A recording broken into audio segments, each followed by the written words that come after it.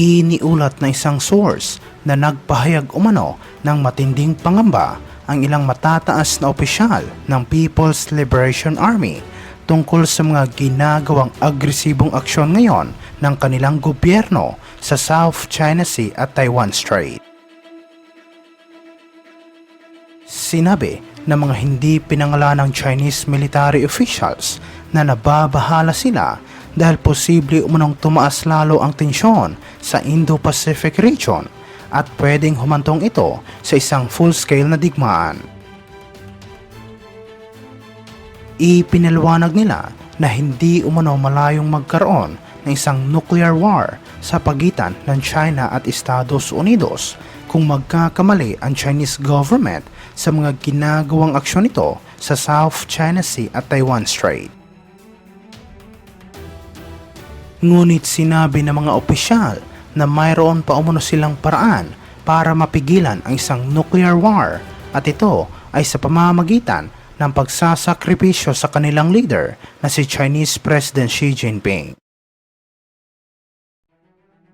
Iniulat ito matapos sinabi ng isang military official sa Senado ng Armed Forces of the Philippines ay nakahanda kung sakaling magkaroon man ng armadong pag-atake sa tuwing magsasagawa sila ng resupply mission sa West Philippine Sea. Nagbigay ng pahayag si AFP Assistant Deputy Chief of Staff for Operations, Navy Captain Peter De Guzman, matapos tanungin siya ni Senator Bato de la Rosa kung ano ang kanilang magiging tugon kung sakaling lalala ang sitwasyon sa West Philippine Sea.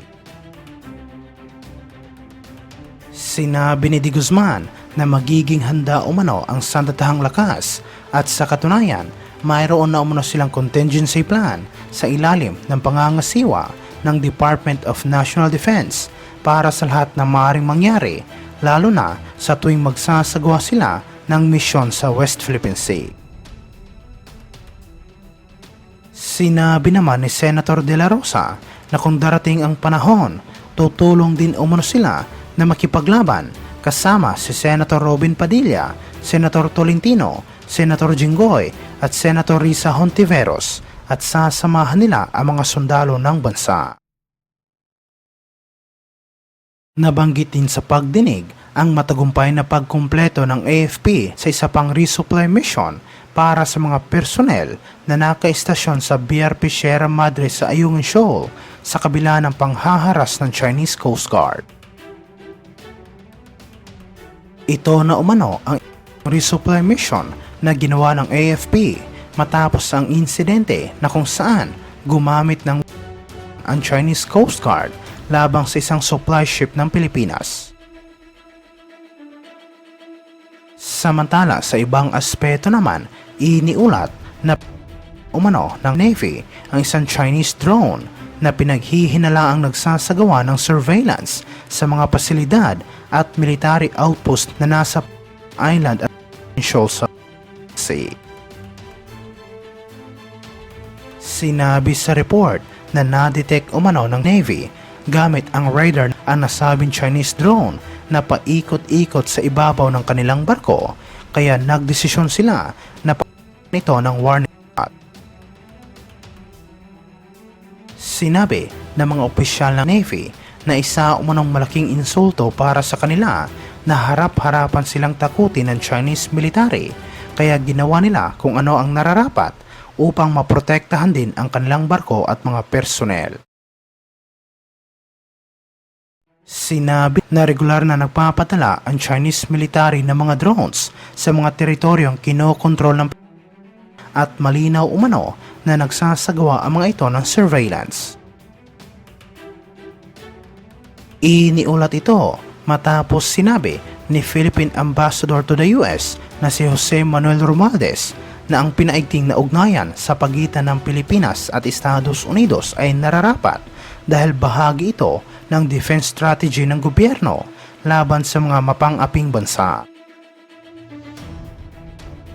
Sa isang panayam sa media, sinabi ni Ambassador Romualdez ng US government ay patuloy na nag-aalok ng tinatawag na ironclad support at commitment sa Pilipinas sa iba't ibang larangan at pamamaraan mula administrasyon ni US President Donald Trump. Sinabi niya na mas pinalakas ng gobyerno ang pakikipagtulungan sa Estados Unidos. Mas malinaw na rin umano ang ugnayan sa pagitan ng dalawang bansa at ito ay bahagi rin ng defense strategy ng Pilipinas.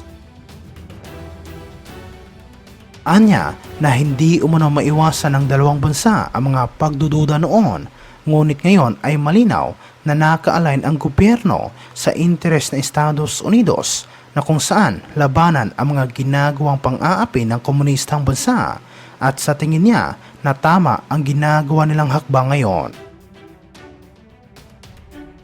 Ipinaliwanag ng ambasador na si dating Pangulong Rodrigo Duterte ay may sariling brand ng foreign policy na kung saan lumapit siya sa China upang makahanap ng mapayapang paraan sa pagtugon sa issue sa pagitan ng bansa at ng Beijing. Ngunit sinabi ng mga eksperto na ito ay lubos na nagpahina sa posisyon ng Pilipinas. Anya na nagkaroon umano ng kaunting pag-asa na titigil ang mga Chinese at sa katunayan nagkaroon ng kasunduan na hindi nila gagalawin ang Ayungin Shoal, ngunit ngayon malinaw umano na hindi ito gumana.